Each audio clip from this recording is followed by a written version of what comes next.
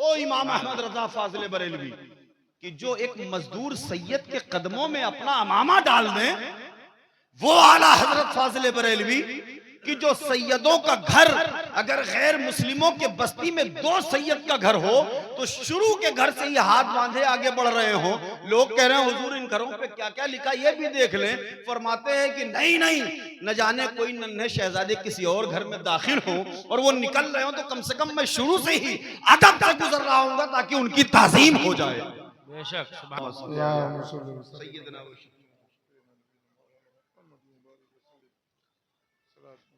प्यारे और भोले सुन्नियों और आशिकों,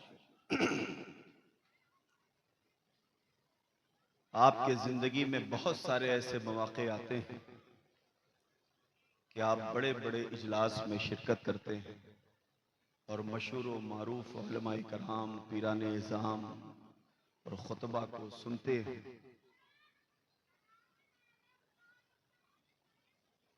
लेकिन उन तमाम महाफिल और इजलास में बैठकर आपको हासिल क्या हुआ और आपने उन पैगामात पे अमल कितना किया, ये जलसे से निकलने के बाद सड़कों पे नजर आता है।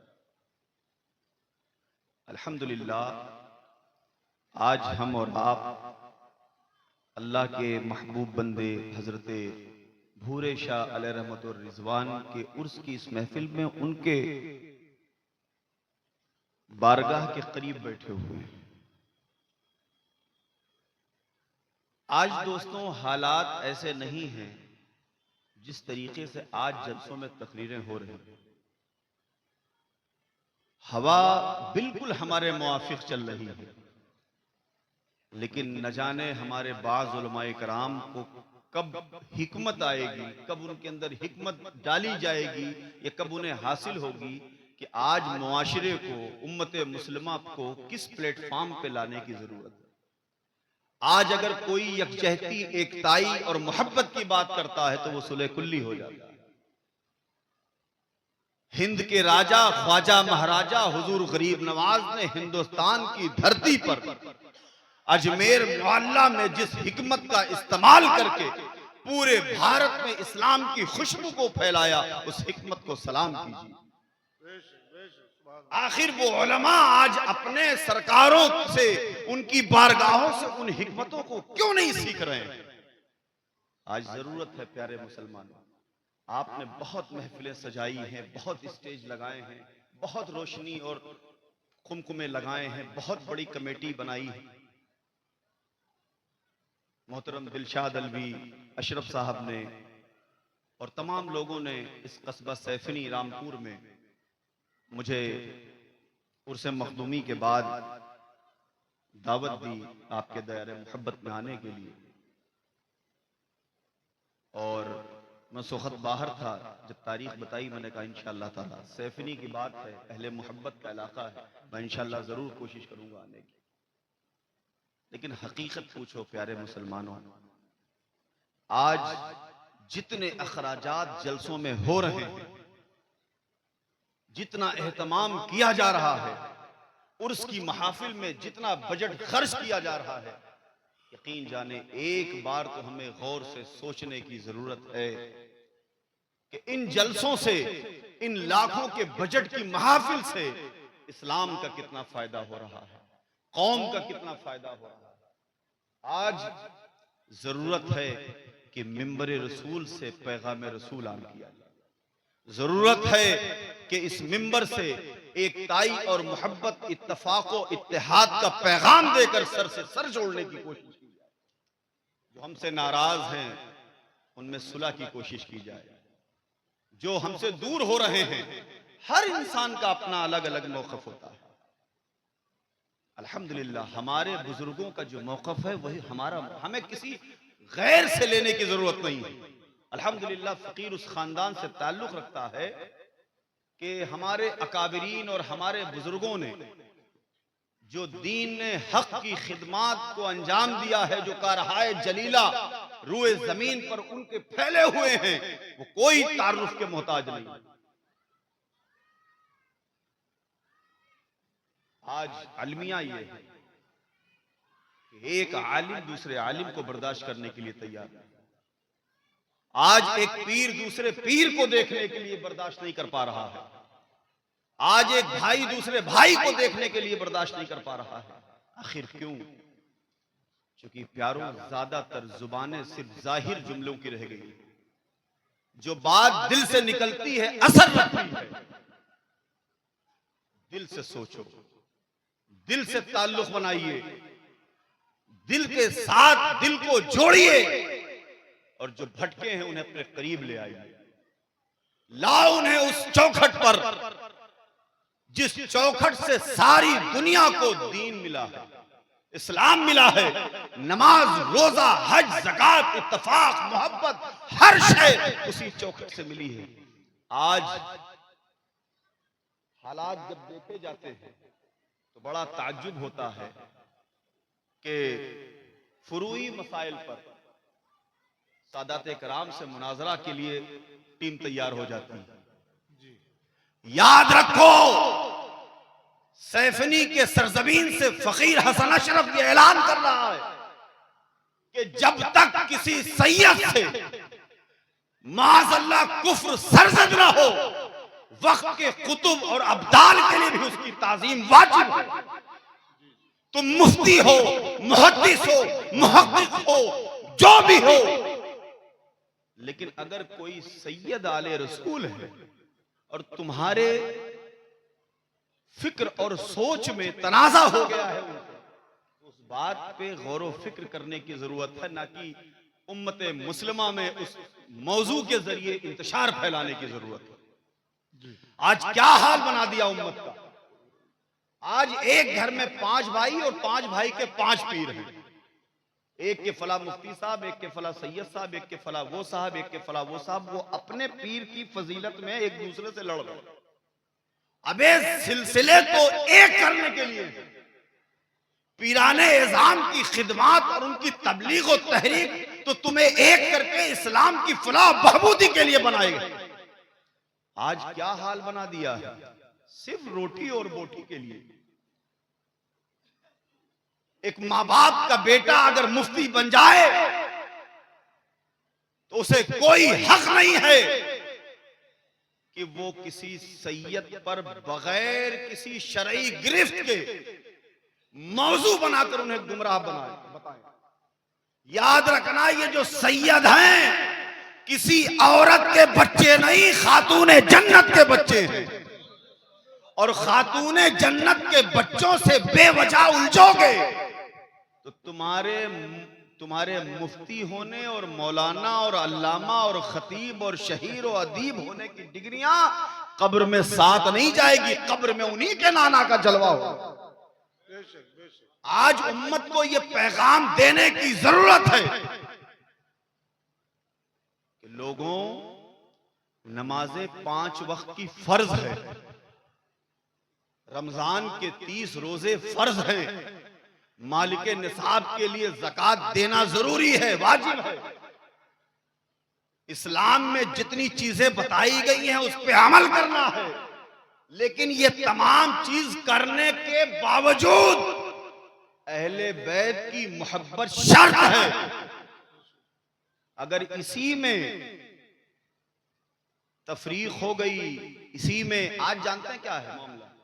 आज उम्मत इल्ला माशाअल्लाह चंद को छोड़ दीजिए, निस्बत पसंद नहीं, शख्सियत पसंद होके रह गई है। सारा जवाल शख्सियत पसंदी का है। वरना अल्लाह की इज्जत की कसम, वो जमाना भी आप में कुछ ऐसे भी ज़ईफ और बुजुर्ग लोग बैठे होंगे कि जब किसी इलाके में कोई आले रसूल आ जाते थे तो लोग तमाम पीरी मुरीदी को उनके ऊपर कुर्बान कर देते थे। अगर पीर गैर सैयद है और अगर तनकीद कर दे कि मत मिलना तो कहते थे नबी से, रसूलुल्लाह सल्लल्लाहु अलैहि वसल्लम के करीब होने के लिए तो हमने बैयत की है कि हमारे पीर साहब करीब करेंगे। अगर पीर साहब ही आले रसूल के करीब होने से रोक रहे हैं तो फिर ऐसी मुरीदी और ऐसी पीरी कुर्बान। आज हमने अमल से ज्यादा, काम से ज्यादा हमने इन चीजों को कि कौन बड़ा। अच्छा, हम ये कहते हैं दो सैयद हैं, तवज्जो चाहता हूं, दो सैयद हैं, आप उनके मुरीद हों चाहे इनके मुरीद हों, वो बड़े हों या ये छोटे हों, ये बड़े हों या वो छोटे हों, या अगर पीर तुम्हारे बड़े हैं तो फिर दूसरे वाले तुम्हारे क्या हुए भाई? पीर बमाना रूहानियत में बाप के, पीर रूहानी बाप है। तो अगर उस पीर का दूसरा भाई यानी उस सैयद का दूसरा भाई सैयद, तो फिर अगर पीर तुम्हारा बाप है तो फिर वो क्या हुए? दूसरे सैयद साहब चच्चा हुए कि नहीं हुए? और अगर तुम्हारे चच्चा पीर हैं और तुम्हारी नजर में वो छोटे हैं सैयद साहब, तो अगर ये तुम्हारे बाप हैं, अगर ये तुम्हारे चचा हैं, तो फिर वो बड़े बाप हुए कि नहीं हुए? मेरे प्यारो, इन मसाइल में उलझने की जरूरत नहीं है। जिस खानदान ने पूरी दुनिया में इस्लाम के फरेरे लहरा दिए, जिस खानदान की चमक धमक से आज इस्लाम के परचम पूरी दुनिया में लहरा रहे हैं, जिनकी खिदमत, जिनकी कुर्बानियों से आज ये मस्जिदों से जो आजान की आवाज आ रही है ना, ये हुसैन इब्ने अली की शहादत का सदका है। ये नमाज, रोजा, अजान सब जो हयात है तो हुसैन से, जिसे उनके नाम से बैर है उसे दोस्त कहना हराम है। बेशक बेशक, सुभान अल्लाह। तो जिसे मौलाए कायनात से, अच्छा बड़ी ताज्जुब की बात है कि सहाबाए किराम के नामूस के तहफ्फुज की आड़ में अहले बैत को जो चाहो कह लो, हर किसी शख्स को ऐसे चश्मे से देख रहे हो कि जिसने ज्यादा अली अली कर दिया वो शिया हो गया। अरे मिंबरे रसूल से हजरत भूरे अली शाह रहमतुल्लाह अलैह के उर्स के इस स्टेज से फकीर बोल के जा रहा है, जिसे सवाल करना है वो मुझसे सवाल कर ले कि आप याद रखें आला हजरत अजीमुल बरकत मुजद्दिद दीन व मिल्लत शाह इमाम मोहम्मद रजा खां फाजिल बरेलवी रहमतुल्लाह ताला अलैह कि दामने अक़दस से वो शख्स दूर दूर तक फैज़याब नहीं है जो सैयदों को तासुब की नजर से देखता हो, जो सैयदों को देखकर अपनी कलम की तरफ देखता हो। वो आला हजरत फाजिल बरेलवी के नाम पर रोटी चाहे जितनी गरमा ले, लेकिन निस्बत में उसका कोई हिस्सा नहीं है। आला हजरत का तो वो मुकाम है। आला हजरत याद रखो, दुनिया में न जाने कितने, इसी भारत में वक्त के कितने बड़े बड़े इमाम और बड़े बड़े मुजद्दिदीन और मुहद्दिसीन आए, आखिर इतना तस्करा और इतने चर्चे जो आला हजरत के हैं, आखिर और के क्यों नहीं होते? इसलिए कि उस मुजद्दिद ने, जिसे हम और आप इमाम इश्क मोहब्बत आला हजरत कहते हैं, उन्होंने सैयदा फातिमा उज़ ज़हरा के बेटों की गुलामी करके ये मनसब हासिल किया। न जाने कितने हजरत आए, लेकिन आज उनका नाम सिर्फ किताबों में रह गया है या कहीं गुफ्तगू हो जाए। लेकिन अगर आज हजरत आला हजरत है तो वो खानदान रिसालत की गुलामी के तुफैल है। वो इमाम अहमद रजा फाजिल बरेलवी कि जो एक मजदूर सैयद के कदमों में अपना अमामा डाल दें, वो आला हजरत फाजिल बरेलवी कि जो सैयदों का घर, अगर गैर मुस्लिमों के बस्ती में दो सैयद का घर हो तो शुरू के घर से ही हाथ बांधे आगे बढ़ रहे हो। लोग कह रहे हैं हुजूर इन घरों पे क्या क्या लिखा ये भी देख लें। फरमाते हैं कि नहीं नहीं, न जाने कोई नन्हे शहजादे किसी और घर में दाखिल हो और वो निकल रहे हो तो कम से कम मैं शुरू से ही अदब से गुजर रहा हूँ ताकि उनकी ताज़ीम हो जाए। कहाँ है वो तुम्हारा इश्क, कहाँ है वो तुम्हारी मोहब्बत? आज आपने इस कौम को और इस उम्मत को बेखूब समझ रखा है। नहीं नहीं, ये उम्मत रसूलुल्लाह सल्लल्लाहु अलैहि वसल्लम की है और आले रसूलुल्लाह सल्लल्लाहु अलैहि वसल्लम पर ये उम्मत कल भी कुर्बान थी, आज भी कुर्बान है और कयामत तक कुर्बान रहे। सुभान अल्लाह, सुभान अल्लाह। नारे तकबीर, नारे रिसालत, नारे रिसालत, उलमाए अहले सुन्नत। और याद रखें कि हमारा बिलखुसूस खानवादे अशरफिया का, अभी आप थोड़ी देर के बाद हुजूर कायदे आजम अशरफ मिल्लत क़िबला दामत बरकतहुल आलिया का खिताब सुनेंगे। अभी हजरत की तशरीफ आवरी होगी।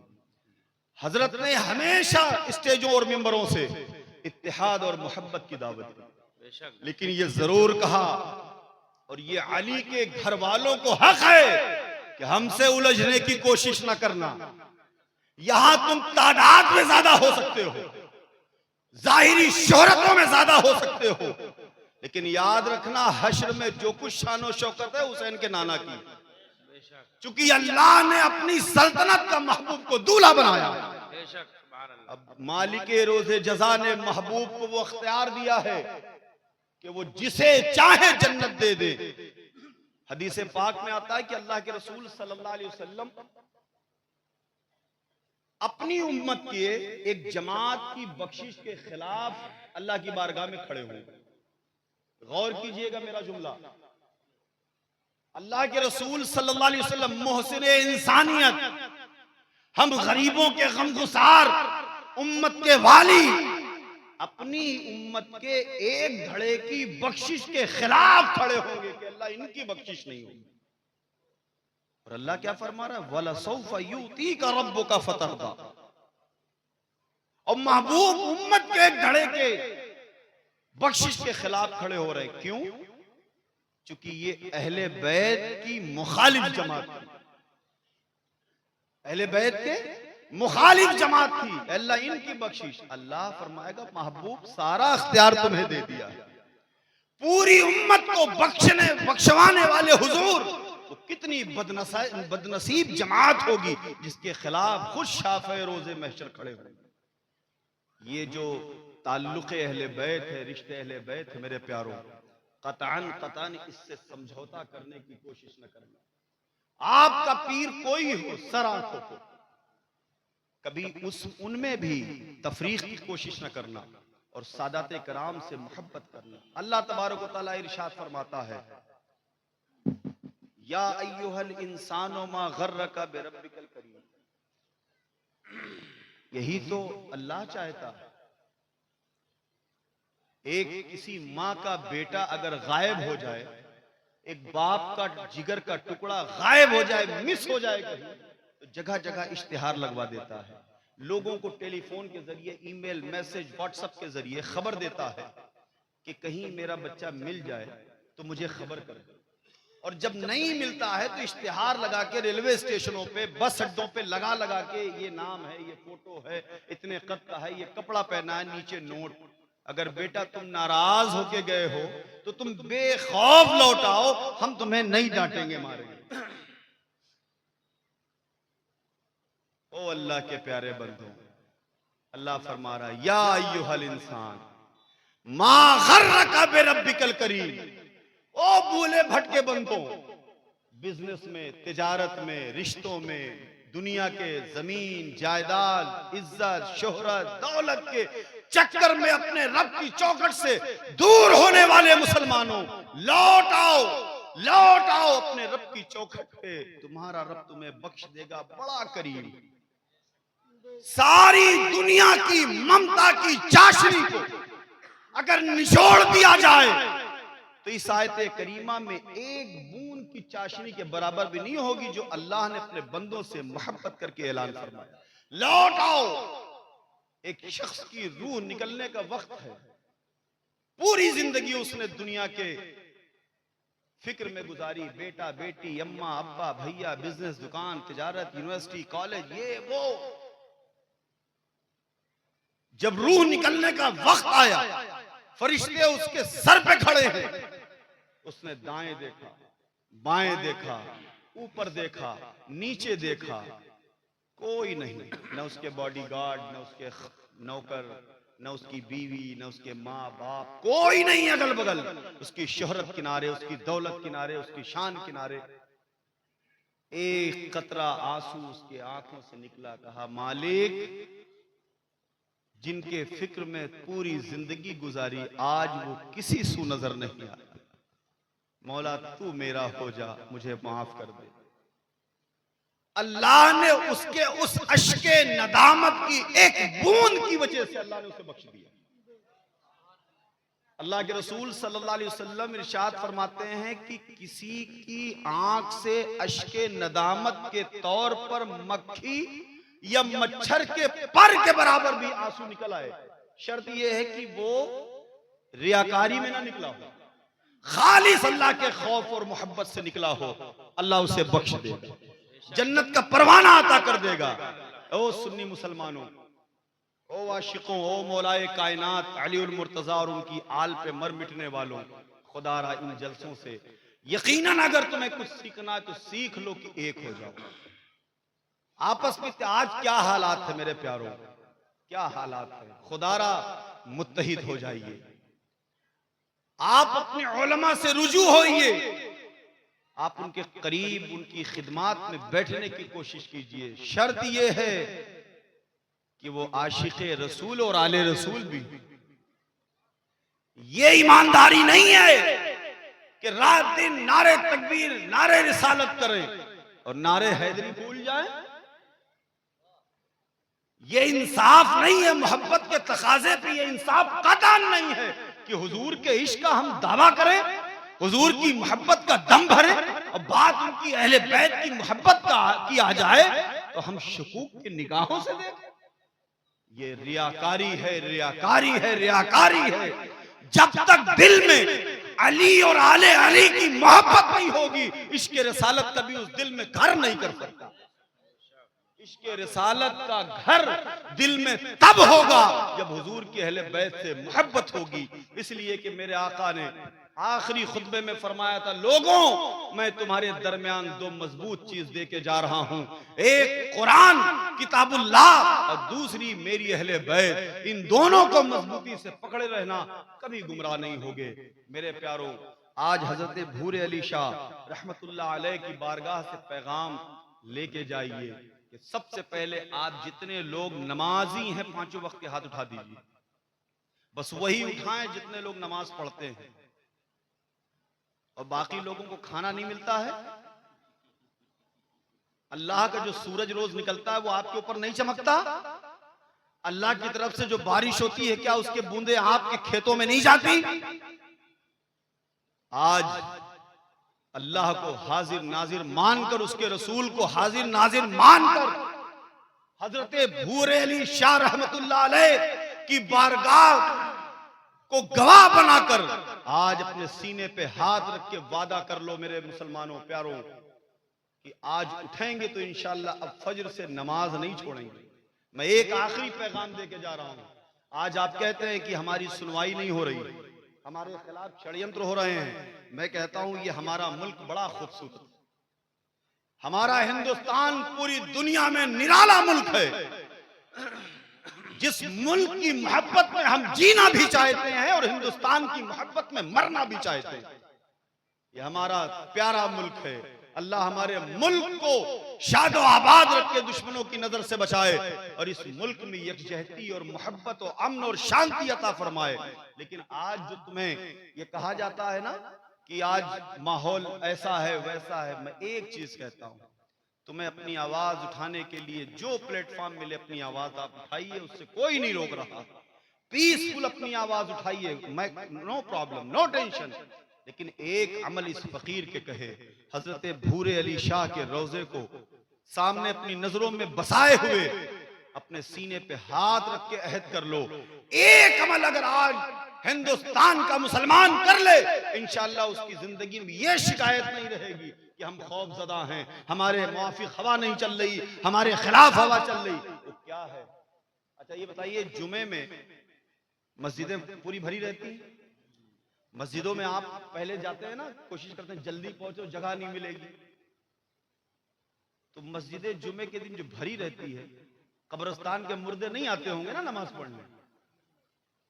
न पूरा मुरादाबाद उठ के आता है, ना रामपुर के लोग आते हैं, ना शाहबाद के लोग आते हैं। सैफनी की ही आवाम रहती होगी, सैफनी की ही अलग अलग मस्जिदें जिस मोहल्ले में वही की आवाम रहती होगी और मस्जिदें भरी रहती है।